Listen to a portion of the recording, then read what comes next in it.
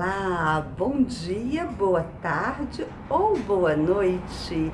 Eu sou a professora Valéria Tinoco, sou professora de língua portuguesa e literatura e estou hoje aqui para nós conversarmos sobre as variações linguísticas.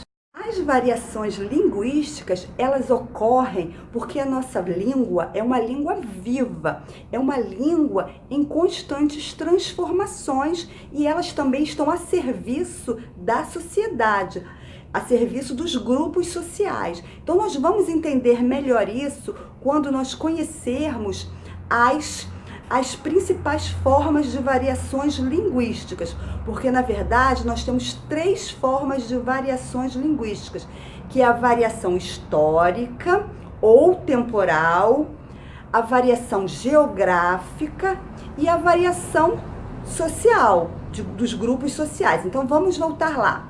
A primeira variação é a variação histórica ou a variação temporal. Existem algumas palavras que ao longo do tempo elas foram se modificando. Algumas não são mais faladas e outras foram transformadas através do tempo.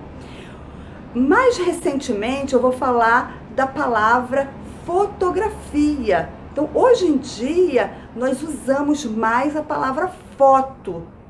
E a palavra motocicleta também é um exemplo dessa variação temporal, né? Hoje em dia fala-se mais moto do que motocicleta. Então isso que é uma variação histórica ou temporal. São palavras que se modificaram através do tempo, né? Então, através do tempo elas foram se modificando, foram extintas, né? Surgem outras. Então essas são as variações temporais e históricas. Agora, nós temos também as variações geográficas.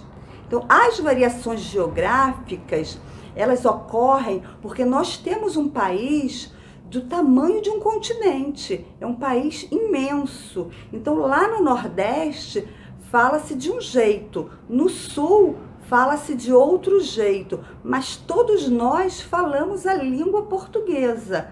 Ó, não é verdade? Então, uma palavra que se modifica aí nesse espaço geográfico é a palavra aipim.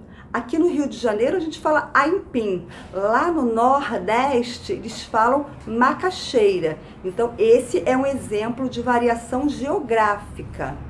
No Sul eu não sei como é que se fala, mas no Nordeste fala-se macaxeira.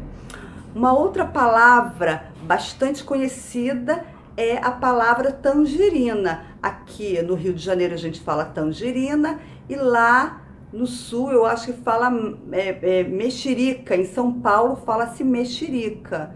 Então essas são as variações geográficas. Temos também as variações sociais, né? Referentes a grupos sociais. Entre os advogados, existem algumas palavras que entre eles são bem fáceis de ser compreendidas.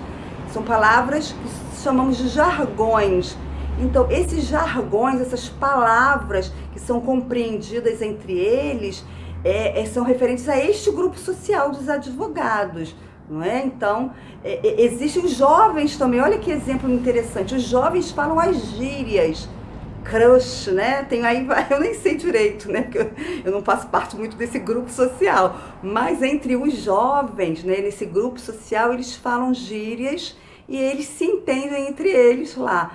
Então, são variações linguísticas de grupos sociais. Então, são variações linguísticas sociais. Existe uma outra variação também bastante usada, né? Que não tem nada de certo ou errado, mas que é de acordo com o lugar onde nós estamos, né? Que é a linguagem formal e a linguagem informal.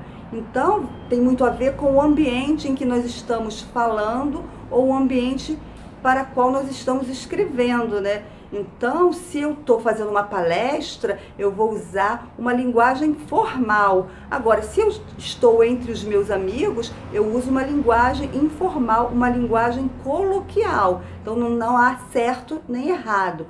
Há a adequação e a inadequação, ok?